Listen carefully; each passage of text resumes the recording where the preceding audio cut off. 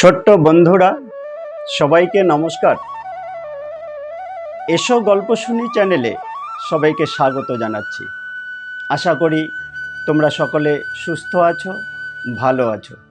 গল্পের আসরে আজকের গল্পটি হলো বালক নচিকেতার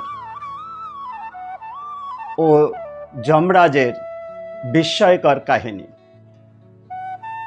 গল্প শুরুর আগে সবার কাছে অনুরোধ, যারা যারা এখনও এই চ্যানেলটিকে সাবস্ক্রাইব তোমরা করোনি, অবশ্যই তোমরা চ্যানেলটিকে সাবস্ক্রাইব করবে, লাইক করবে এবং অবশ্যই কমেন্ট করে তোমাদের মতামত জানাবে। শুরু করছি আজকের গল্প। আজকের গল্পের প্রথম পর্ব। মুনি ঋষিদের দেশ ভারতবর্ষ। মুনি ঋষিরাই প্রাচীনকালে ছিলেন বড় গবেষক এবং আবিষ্কারক। আর এই ঋষিদের মধ্যে অনেকেই ছিলেন রাজা। তাদেরকে বলা হতো রাজর্ষি। এই রকমই একজন রাজর্ষি ছিলেন ঋষি উদ্দালক। আর এই ঋষি উদ্দালকের রাজত্ব অনেক দূর পর্যন্ত বিস্তৃত ছিল। আর এই ঋষি উদ্দালকও ছিলেন খুবই বিখ্যাত।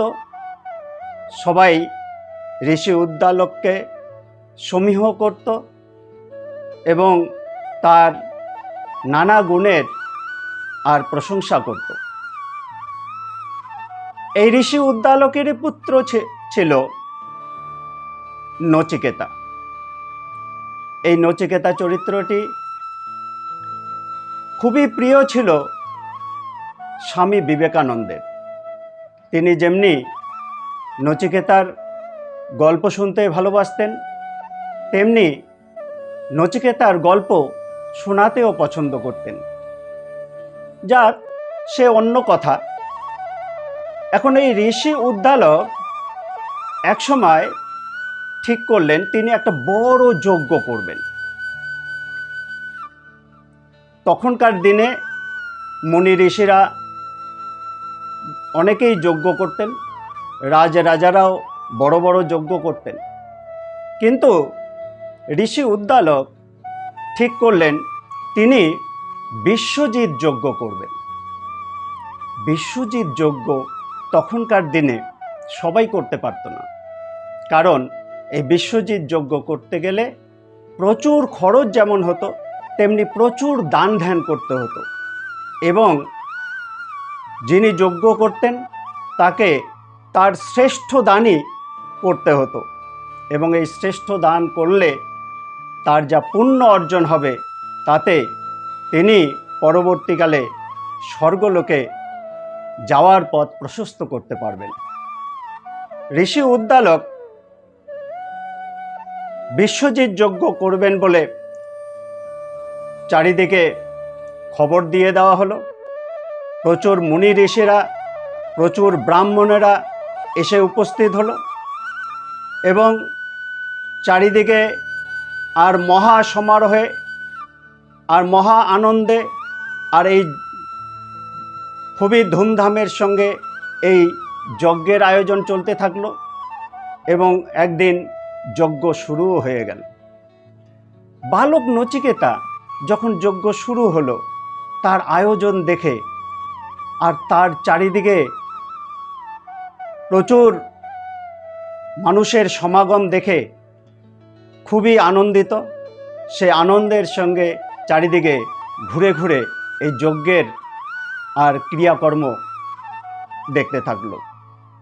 আর দেখে দেখে মনে মনে বাবার প্রতি তার আরও ভক্তি শ্রদ্ধা বেড়ে গেল। এমনিতেই বালক নচিকেতা পিতৃভক্ত, বাবাকে ভীষণ শ্রদ্ধা করত। বাবার প্রত্যেকটি কাজে তার দারুণ সমর্থন ছিল এবং প্রত্যেকটি কাজই সে খুব আর আগ্রহ সহকারে উপভোগ করত। তো এই যে যজ্ঞের আয়োজন, এত ক্রিয়াকর্ম চলছে চারিদিকে, সে ঘুরে ঘুরে দেখতে থাকলো যে কোথাও গিয়ে দেখছে মুনি ঋষিরা যজ্ঞে আহুতি দিচ্ছে, কোথাও গিয়ে দেখছে শত শত ব্রাহ্মণ বেদ মন্ত্র উচ্চারণ করছে, আর কোথাও গিয়ে দেখছে বিরাট বড় ভোজনের আয়োজন চলছে। নানা দিকে নানা আয়োজন দেখে বালক নচিকেতার মন আনন্দে ভরে গেল। আর এই করে করে যখন সে ঘুরছে চারিদিকে, ঘুরতে ঘুরতে হঠাৎ সে দেখতে পেল এক জায়গায় প্রচুর গাভী নিয়ে আসা হয়েছে। আর তখনকার দিনে প্রাচীনকালে গাভী দান করা ছিল খুবই পুণ্যের কাজ। সবচেয়েতে আর মূল্যবান যদি দান হয় সেটা হচ্ছে গাভী। গরু দান করাই ছিল তখনকার দিনের সবচেয়ে মূল্যবান দান। প্রচুর গাভী আর সেখানে নিয়ে আসা হয়েছে। সেই গাভীগুলো যখন সে দেখতে পেল, হঠাৎ সে ভালো করে তাকিয়ে দেখল যে গাভীগুলো নিয়ে আসা হয়েছে দান করার জন্য, সেই গাভীগুলো কেমন যেন রুগ্ন। কতগুলো তো এতটাই রুগ্ন যে আর বেশি দিন মনে হয় বেঁচে থাকতে পারবে না, এতটাই রুগ্ন। আর কতগুলো গাভী দুধ দেওয়ার মতন ক্ষমতা নেই, বা সন্তান প্রসব করার মতনও ক্ষমতা হারিয়ে ফেলেছে। এই রকম রুগ্ন গাভী দান করা হবে, এটা দেখে কিন্তু নচিকেতার মন ভীষণ খারাপ হয়ে গেল। এতক্ষণ যে মনে আনন্দ ছিল, সেই আনন্দটা কেমন করে যেন উবে গেল। সে ভাবতে থাকলো, বাবা এই রুগ্ন গাভীগুলোকে আর দান করবেন? আমি তো জানি যে এই যজ্ঞে সবচেয়ে শ্রেষ্ঠ দান দেওয়া দরকার। শ্রেষ্ঠ দান দিলে তবেই পুণ্য অর্জন হবে, তবেই তিনি পরবর্তীকালে স্বর্গলোকে যেতে পারবেন। কিন্তু এই রুগ্ন গাভীগুলোকে দেওয়ার পর সেই পুণ্য কি অর্জন হবে? পুণ্য অর্জন না হয়ে বরং তিনি তো পাপে ডুবে যাবেন। তো এই গাভীগুলো দেখে তার ভীষণ মন খারাপ হয়ে গেল, এবং বাবার এই কাজকে সে কিন্তু সমর্থন করতে পারল না। মনটা বিষণ্ণ হয়ে গেল। বিষণ্ণ হয়ে সে আর ভাবতে ভাবতে আর যেখানে যজ্ঞ চলছিল সেখানে গিয়ে উপস্থিত হলো। আর সেখানে উপস্থিত হয়ে বাবার কাছে পৌঁছে গেল। বাবার কাছে গিয়ে বালক নচিকেতা বাবাকে জিজ্ঞেস করলো, বাবা, তুমি এত এত দান করছো। সে আসলে মনে মনে ঠিক করে গিয়েছিল যে এই গাভীগুলো দান করলে বাবার যে পাপ হবে, সেই পাপ থেকে বাবাকে কিভাবে মুক্ত করা যাবে, এটা মনে মনে চিন্তা করেই গিয়েছিল। সে ভেবে নিয়েছিল যে মূল্যবান, সবচেয়ে মূল্যবান দান দিতে হবে এই যজ্ঞে। আর বাবার কাছে সবচেয়ে মূল্যবান অন্য কিছু নয়, কোনো ধনরত্ন, রাজ ঐশ্বর্য, এইগুলো বাবার কাছে সবচেয়ে মূল্যবান হবে না। সবচেয়ে মূল্যবান যদি হয় সে নিজে। বাবার কাছে তার পুত্রই সবচেয়ে মূল্যবান।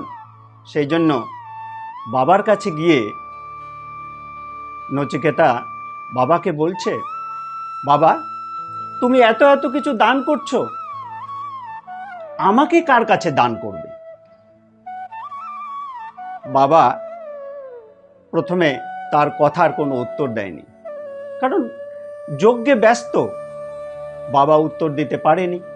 নচিকেতা আবার জিজ্ঞেস করেছে বাবা, তুমি আমাকে কার কাছে দান করবে?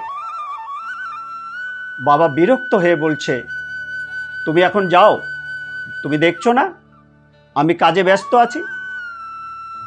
নচিকেতা বলছে, হ্যাঁ ঠিক আছে, তুমি শুধু বলে দাও কার কাছে আমাকে দান করবে। বাবা ভীষণ বিরক্ত হয়ে গেল, বিরক্ত হয়ে আর জোরে আওয়াজ করে বলল, যাও, তুমি যমের কাছে যাও। এটা যখন বলেছে, নচিকেতা অবাক হয়ে গেছে। বাবা আমাকে যমের কাছে পাঠিয়ে দিচ্ছেন। বাবা যদি যমের কাছে পাঠিয়ে দেয় আমাকে, তাহলে তো আমি সেখান থেকে আর ফিরে আসতে পারবো না।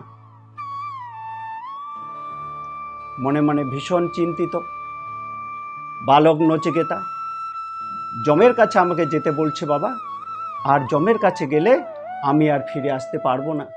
যমের কাছে কেউ গেলে ফিরে আসা তার পক্ষে সম্ভব নয়। আবার এই যজ্ঞস্থলে এত এত সাধু, এত এত ব্রাহ্মণ, আর সবার সামনে বাবার মুখ থেকে যে কথাটা বেরিয়েছে সেই কথাটা মিথ্যা হোক, এটাও ঠিক নয়। আর তা যদি এই কথা মিথ্যে হয়ে যায়, এই যজ্ঞ চলাকালীন বাবার মুখ থেকে নির্গত যে কথা উচ্চারণ হয়েছে সেটা যদি মিথ্যে হয়, তাহলে এই যজ্ঞ মিথ্যে হয়ে যাবে, যজ্ঞ অসম্পূর্ণ থাকবে। আর সেটা হতে পারে না। বাবার যজ্ঞকে সুসম্পন্ন করতে হলে বাবার কথা মতো কাজ করা উচিত আমার। এই ভেবে বালক নচিকেতা প্রস্তুত হয়ে গেলেন। প্রস্তুত হয়ে আর যমের বাড়ির দিকে যাবার জন্য আর বাবার কাছে গিয়ে বাবার অনুমতি চাইল। বাবার অনুমতি চাইল, আর বাবা অবাক। বাবাকে প্রণাম করেছে, প্রণাম করে বলছে নচিকেতা যে বাবা, তুমি আমাকে যমের বাড়ি যেতে বলেছ, এবারে অনুমতি দাও, আমি যমের বাড়ি যাব। বাবা অবাক, বলছে, আমি কি ওই কথাটা কি তোমাকে সত্যি সত্যি বলেছি? আমি রাগ করে বলেছি, তোমাকে কি আমি যমের বাড়ি পাঠাতে পারি? তখন বালক নচিকেতা বাবাকে বুঝিয়ে বলছে, দেখো, তোমার মুখ দিয়ে যজ্ঞ চলাকালীন যে কথা বেরিয়েছে সে কথা যদি মিথ্যে হয়, তাহলে এই যজ্ঞ মিথ্যে হয়ে যাবে, যজ্ঞ অসম্পূর্ণ থাকবে। এটা তো হতে পারে না। আর তুমি সবার সামনে আর কথা দিয়েছ, সবার সামনে তুমি এই বাক্য বলেছ, আমাকে যমের বাড়ি যেতে বলেছ, আর সেই জন্য এই কথা যেন মিথ্যে না হয়, তার জন্য পিতৃসত্য পালনের জন্য আমাকেও যমের বাড়ি যাওয়াই উচিত। আর তা না হলে তোমার এই সমস্ত কাজ মিথ্যে হয়ে যাবে। নচিকেতার কথা শুনে বাবার মন আরো ভেঙে পড়ল। নচিকেতা ঠিক কথাই বলেছে, কিন্তু যজ্ঞ চলাকালীন এই কথা বলার জন্য তিনি আর কথার বন্ধনে আবদ্ধ হয়ে গেলেন, যার ফলে নচিকেতাকে আর বিদায় দিতে তিনি বাধ্য হলেন। নচিকেতা বাবাকে প্রণাম করে সেখান থেকে বিদায় নিয়ে আর মনের আনন্দে আর যমের বাড়ির দিকে রওনা হলো। মনের আনন্দে রওনা হলো যমের বাড়ির দিকে। এই আনন্দ নিয়ে সে চলতে লাগলো যে এই যে যজ্ঞ আমাকে দান করার পর এই যজ্ঞ সুন্দরভাবে সুসম্পন্ন হবে, বাবার যে মনোবাসনা সেটা পূর্ণ হবে, বাবা একদিন স্বর্গলোকে যেতে পারবে, এই আনন্দে সে কিন্তু যমের বাড়ির দিকে আর পথ চলতে শুরু করলো। ছোট্ট বন্ধুরা, যমের বাড়ি যেতে তার অনেক সময় লাগবে, অনেক পথ পেরিয়ে তাকে যমের বাড়িতে পৌঁছতে হবে।